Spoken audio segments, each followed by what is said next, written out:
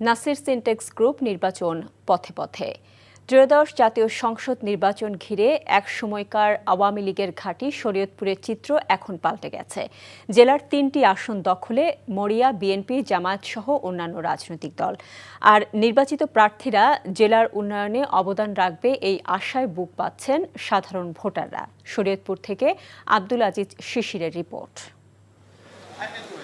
স্বাধীনতার পর থেকেই এই জেলা আওয়ামী লীগ অধ্যুষিত ছিল। রাজধানী ঢাকার কাছাকাছি হলেও কোনো ধরনের উন্নয়নের ছোঁয়া পায়নি জেলার বাসিন্দারা। জেলার উন্নয়নের আশায় বারবার আওয়ামী লীগের নেতাদের জনপ্রতিনিধি নির্বাচিত করেছে, অথচ এর বিনিময়ে শুধু আশ্বাস আর প্রত্যাশা ছাড়া আর কিছুই পাননি। শিক্ষা কিংবা চিকিৎসা, যে কোনো প্রয়োজনে এখনও ছুটতে হয় রাজধানীর দিকে। তবে এবারের নির্বাচনে জনপ্রতিনিধিদের কাছে এর পরিবর্তন চান ভোটাররা।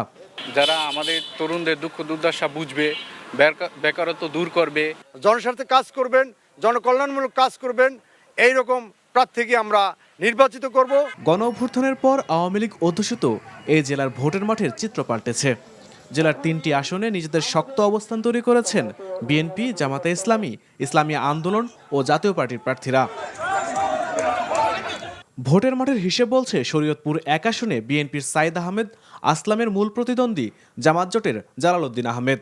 শরীয়তপুর 2 আসনে বিএনপির শফিকুর রহমান কিরণের সাথে জামাতের ডাক্তার মাহমুদ হোসেন, আর শরীয়তপুর 3 আসনে বিএনপির মিয়া নুরুদ্দিন আহমেদ অপুর মূল লড়াই জামাতের মোহাম্মদ আজহারুল ইসলামের সাথে। ভোটের মাঠে ছাড় দিতে নারাজ প্রার্থীরা।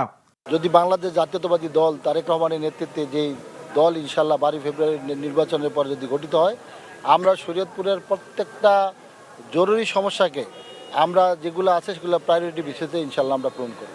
রাস্তাঘাটের উন্নয়ন, চিকিৎসা ব্যবস্থার উন্নয়ন, শিক্ষার উন্নয়ন এবং সমাজ থেকে সকল ধরনের মাদক এবং দুর্নীতি, সন্ত্রাস, চাঁদাবাজি আমরা বন্ধ করব। তরুণদেরকে আমি দেখছি যে তারা পরিবর্তনের জন্য উন্মুখ হয়ে আছে।